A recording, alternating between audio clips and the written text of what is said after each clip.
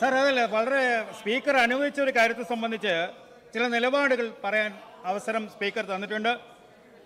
ഇവിടെ കേന്ദ്ര ഗവൺമെന്റ് കാലാകാലങ്ങളിൽ കൊടുത്തിട്ടുള്ള നരേന്ദ്രമോദിജിയുടെ ഗവൺമെന്റ് രണ്ട് ഗവൺമെന്റിനെയും കാലഘട്ടത്തിൽ കൊടുത്ത കണക്കനുസരിച്ച് ഇവിടെ എല്ലാ കാര്യങ്ങളും പറഞ്ഞിട്ടുണ്ട്.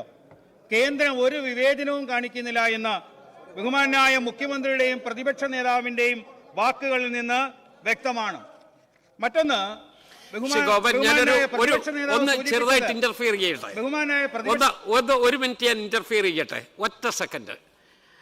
ഇവിടെ ഈ വോക്കൗട്ടിനകത്ത് പങ്കെടുക്കാൻ പറ്റുന്നത് ഈ പ്രമേയത്തിൽ ഒപ്പിട്ട ആളുകൾക്കാവും. പ്രമേയത്തിൽ ഒപ്പിട്ടിട്ടുള്ള ശ്രീ പ്രവീൺ തൊട്ടപ്പുറത്ത് പുറകിലുണ്ട്.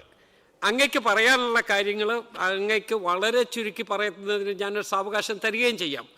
അങ്ങ് പ്രസംഗം തുടങ്ങിയത് കൊണ്ട് വേഗം ലിമിറ്റ് ചെയ്താൽ വോക്കൗട്ട് പ്രസംഗത്തിലേക്ക് അവർക്ക് ശ്രീ പ്രവീണിനെ വിളിക്കാൻ പറ്റും. അല്ല, തുടങ്ങിയത് കൊണ്ട്, തുടങ്ങിപ്പോയത് പുതിയ മെമ്പറാണ്, അദ്ദേഹം ഇതൊക്കെ പരിചയപ്പെട്ട് വരുന്നതേ ഉള്ളൂ. അതുകൊണ്ട് അദ്ദേഹം തുടങ്ങിയ ഒരു പ്രസംഗത്തിൻ്റെ ഞാൻ ഇടയ്ക്ക് വെച്ച് നിർത്തിയെന്നൊരു ആക്ഷേപം വരാതിരിക്കാൻ വേണ്ടി നമ്മൾ അതൊരു എക്സെപ്ഷണൽ കേസായിട്ട് ശ്രീ ഗോപൻ അത് പറഞ്ഞ് അവസാനിപ്പിക്കാൻ. കേട്ടില്ല മൈക്ക്.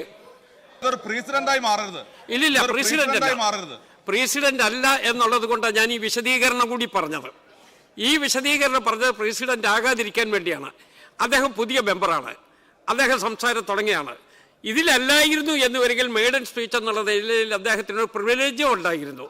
ഇപ്പം അങ്ങ് തുടങ്ങിയത് കഴിയുന്നത്ര വേഗം ലിമിറ്റ് ചെയ്ത് അടുത്ത വോക്കൗട്ട് പ്രസംഗത്തിലേക്ക് നമുക്ക് പോകണം. സർ, കേന്ദ്ര ഗവൺമെന്റ് സംസ്ഥാന ഗവൺമെന്റിന് കൊടുത്ത് വരുന്ന നികുതിയെ സംബന്ധിച്ച്, അതിൻ്റെ വർധനവിനെ സംബന്ധിച്ചും ബഹുമാനായ മുൻ ധനകാര്യ വകുപ്പ് മന്ത്രി ഇവിടെ സൂചിപ്പിച്ചിട്ടുണ്ട്.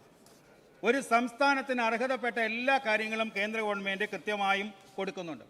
ഇവിടെ സൂചിപ്പിച്ചത് ടാറിന്റെ വില വർധനവ് സംബന്ധിച്ച് അങ്ങയുടെ മണ്ഡലത്തിലടക്കം പൊതുമരാമത്തിന്റെ പ്രവൃത്തി നടക്കുന്നില്ല എന്ന് പറഞ്ഞു.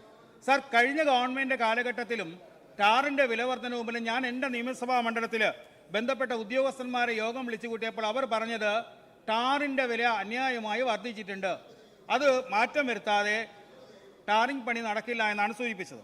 ഇവിടെ ബഹുമാനായ പ്രതിപക്ഷ നേതാവ് ഒരു കാര്യം പറഞ്ഞു, അമേരിക്കൻ ബസ്സിനെ കണ്ടാൽ പേടിക്കുന്നതാണ് ബഹുമാനപ്പെട്ട പ്രധാനമന്ത്രി എന്ന്.